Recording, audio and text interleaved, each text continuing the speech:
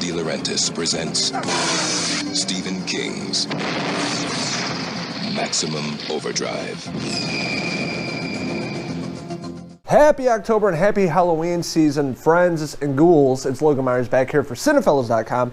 We're doing yet another year of 31 Days of Horror where we try to review a horror movie every day of the month. It's our favorite time here, and I'm really excited for all the movies I'm going to be talking about this month. A lot of new films I've never seen and some classics that I'm revisiting. But I'm going to kick it off with a bang and some cocaine tonight with Stephen King's only movie he's directed and written. I'm talking about 1986's Maximum Overdrive. So Maximum Overdrive is a film I grew up on, watching this on VHS, renting it, watching it on TV late at night. It was one of those films back in like the early 90s. They would play at like 11 o'clock midnight on like TNT or Joe Bob Briggs, Monster Vision, and just remember watching this movie back then and thinking how ridiculous it was 30 plus years ago, and watching it in 2020 with everything going on.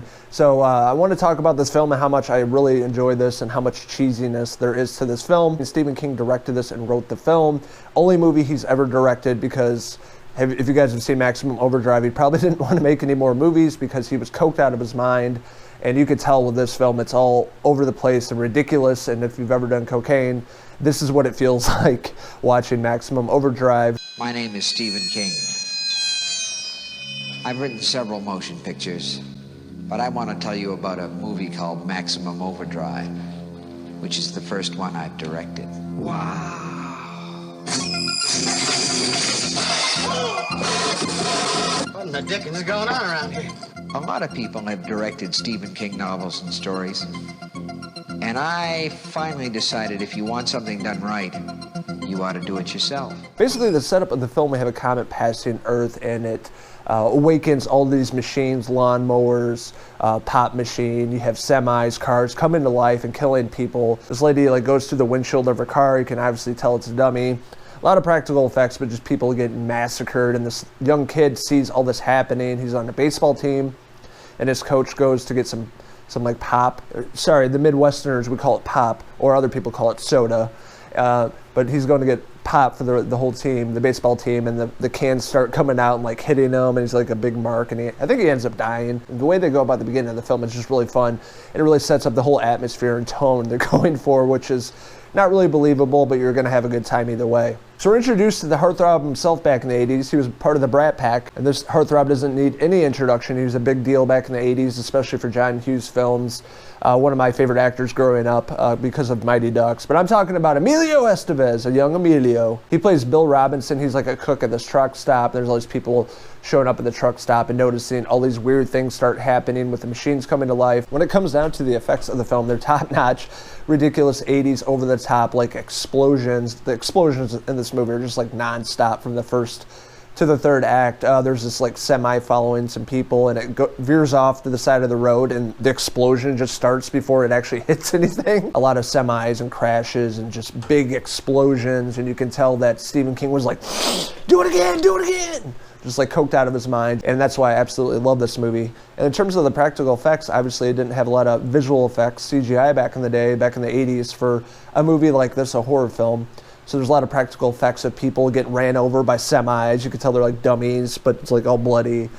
There's this one scene with a kid, which a lot of horror movies, try not to touch, is killing kids. But the scene with the Little League team, all the machines coming to life and lawnmowers, there's this steamroller that rolls over a kid, and you can see it like his body on the ground and it rolling over him and like splattering his fucking head. It was really awesome. And that being said, it sets up a lot of just great scenes throughout the film and just people getting slaughtered left and right, making really stupid decisions, them getting hit by semis. Some odd reason they don't hear like a huge diesel semi truck, creeping up behind them. They turn around and it just like runs them over. I'm like, seriously? Are you deaf? You can't hear that? Throughout the rest of the film, it's really them trying to survive at this truck stop, trying to get out of there. And it brings up a lot of, ammunition that they find. You have like a rocket launcher, which is absolutely fucking badass at the end of the movie. They shoot it and to take it down and so they can escape. So when it all comes down to, this is a movie that was made in 1986. I don't think they could have made this movie in 2020 today. People are too soft and are critics and criticize everything and forget just to sit back and have fun. And it's definitely an example of a great over-the-top 80s action horror movie. And it's full of testosterone. The movie's filled with AC/DC music. They did the entire soundtrack, the score of the movie, and it's awesome. All the great hits like Hell's Bells at the very end of the movie, which is really cool. The final scene with the trucks. And just throughout the movie, they're like talking. You can hear Angus Young going,